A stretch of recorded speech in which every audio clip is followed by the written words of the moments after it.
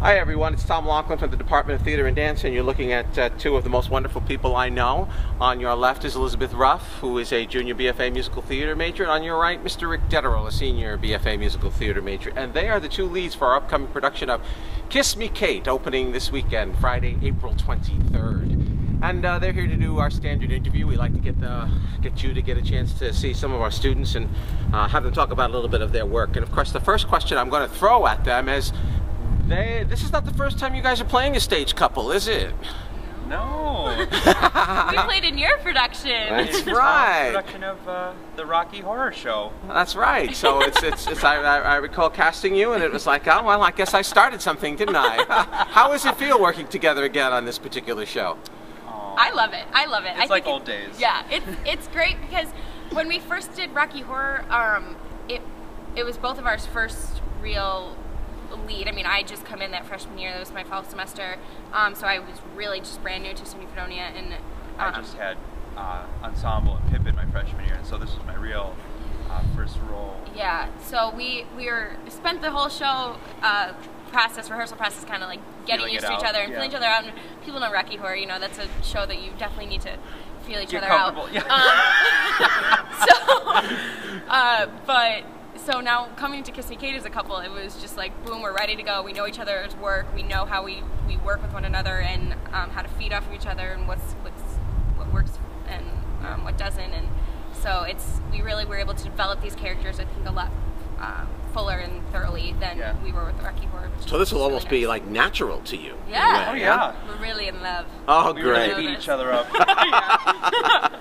Okay, I think that's going to be terrific. I'm actually looking forward to that. So let me take you at a time. We'll start with you, Rick. Just talk about what you think is the biggest challenge so far that you're facing in doing the show. I would say time. The time has just flown by. As a senior, I have my senior recital for musical theater. I have vocal juries, acting juries. I have some, and we just came from spring break, and so there's always been a little bit of a time crunch, at least for me.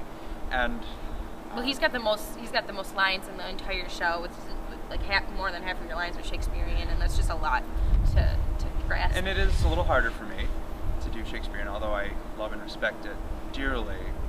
It's a little harder to pick those up and get them on their feet. So I just say time, but so far so good. I think we're all ready. We're all rehearsed and costumed up. Oh, good. Yeah, you're into dress rehearsal now, right? So it's getting time. Elizabeth, what's your challenge? Probably developing the difference between Kate and Lily. There are parallels between each other's personalities. Obviously, Lily is supposed to be like more of a modern day type of Kate, but finding their differences, and also they are this shrewish character, but especially for the character of Lily, making sure that she's likable at the same time. She is not, you know, the entire cast is supposed to hate her, and she's supposed to be this big diva, and she's very easy for people to dislike, but at the same time, to be able, for the audience to be able to see that he really can love her, and that she really has this very humane and vulnerable side to her behind all of her this brick wall and this facade that she puts up. So she's much more complex of a musical theater character than people would ever dream of. So, but it's been a great challenge, and I've really been appreciative of that work and that ability. So great. Talk to me about the score, the music, the songs that you have a little bit. What do you think about that? How's that going? Cole Porter, you gotta love him. He has some very interesting songs, and they're wordy, and it's just the same melody but different words. So sometimes that's a little difficult trying to, what verse am I on? Who am I talking about? I'm talking about this one. It goes in this verse, but it's the same melody. So yeah, I'm particularly interested in Where Is the Life That Late I Led, which is a particularly challenging song, and some of the rhymes in there are just, you know, unbelievably clever, but you have to be very clear and distinct about them. Yeah, and I would say that that's the biggest thing about Cole Porter. His music is can be challenging, but I don't think it's not anything that's not reachable. It's not or obtainable. But his lyrics are what you really need to focus on. He's incredibly clever.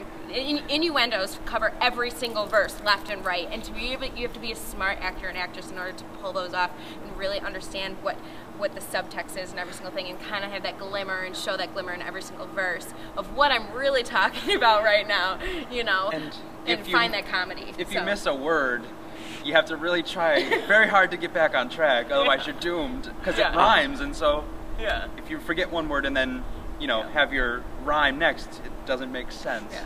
I Hate Men has definitely taken me for a ride, and I don't even have the worst. Poor Christine, who plays Bianca, she and Lois, she's got that whole always true to you, and I think there's like 15 verses in that song. And I Hate Men, there's like 8, and I'm like, I can't remember what comes next, Rick. But you get used to it and you feel it out, and it really is a fun show.